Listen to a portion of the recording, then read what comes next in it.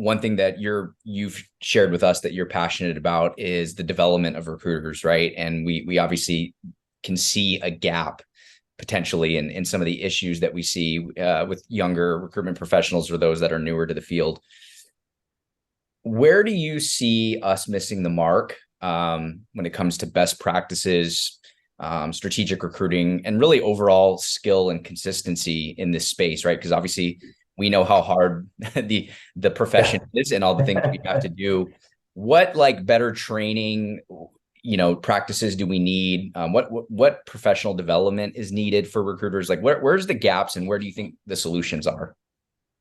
Yeah, it's an excellent question. So I'll start with the warm and fuzzy side of things.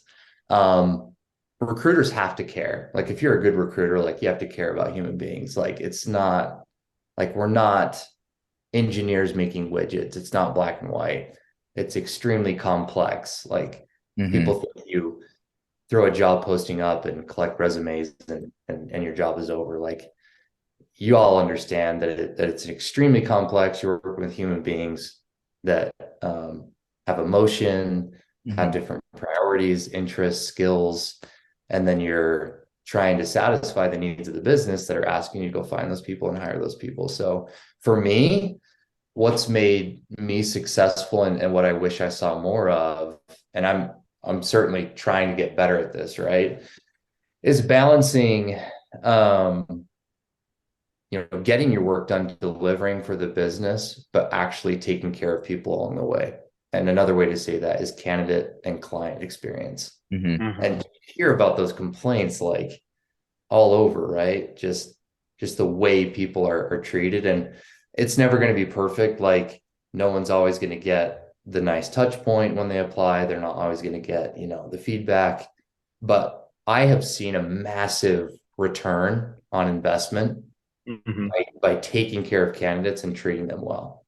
Yep. And again, I'm not perfect at it. I'm working at it, but like the amount of referrals and the amount of good reputation I've built because Josh was willing to follow up with me, to take a call with me, to interview me, to be transparent about the interview process and all of that. And it was a really smooth onboarding, whatever the case, like I think that is a gap. And I'm not trying to say anything about the industry or the recruiters or TA people out there, because I used to do this as a junior person and previous to that, I just didn't click in my head. I was like, look, like I gotta hire people, like I don't care. If you can't fill my job, like I'm under the gun here by the business to get this position filled. But being a little more caring, more just bringing a human element to the experience, I think.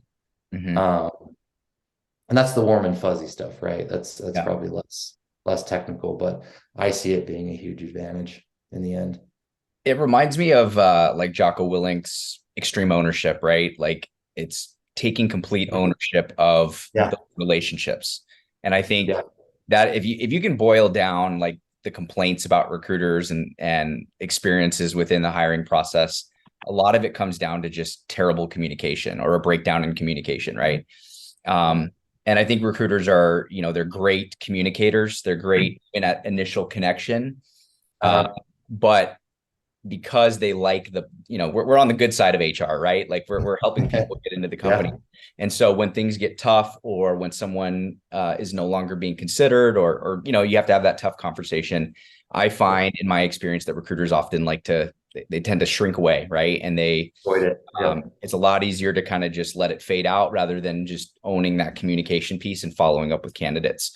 And of course, that translates to the client experience as well, like having those really difficult conversations and guiding hiring managers through the process, or even saying, "Hey, look, here's where we're missing the boat, right? Like we're not getting what we want out of this search because of Yeah, these reasons." And so it's this idea. I think recruiters can really like if they just take complete ownership of communication and relationship management, that solves a majority of kind of the pain points in the space. I mean, there's a yeah, lot of technical things, of course, that we'll probably touch on as well, but communication, I feel is kind of like the number one elephant in the room, but it's also the number one solution to a lot of our problems.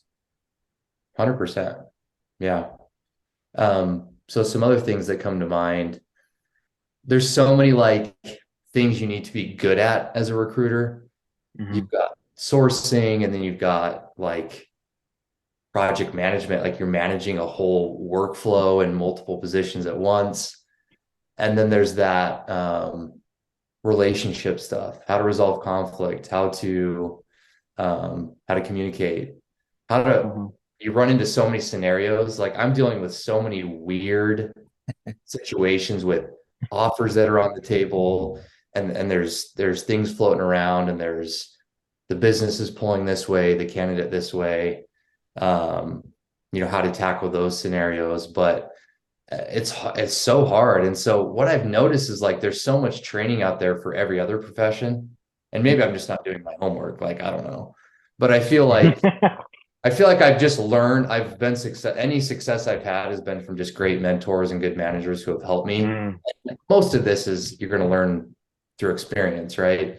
But I think more deliberate training on like how to run like a rec start to finish really good, and how to keep that, Mhm. how to work with exactly. managers that are difficult, or how do you get a manager to understand your point of view, or to consider a candidate that they don't want to look at, like just all those things, right?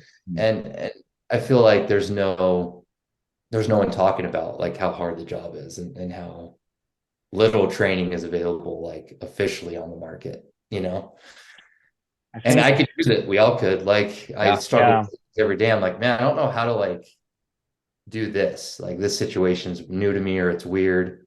Um, so yeah, it's kind of trial and error. And if you talk to any recruiter, like, how'd you get into recruiting? They're like, I just fell into it. yeah. Which tells you like they weren't trained. Like there's Yeah. no Yeah. degrees. There's HR I degrees, psychology degrees, but like nothing that's like super specific to my knowledge. So I think I think a lot of jobs out there you can get away with having a low level of EQ, and recruitment is one of those jobs where you need to have emotional intelligence. You need to, if you don't have EQ, you're going to struggle, right? You're going to struggle with those negotiation pieces, resolving conflict, being compassionate. It's you. I think what a lot of people don't realize is recruiters are put in these complex situations with people, like where potentially you have an offer, you're making an offer to a candidate, and then for X reason the company has to rescind said offer, and it's like, how do you cross the bridge with that candidate? How do you protect the company's image? How do you protect the relationship that you've built with the candidate?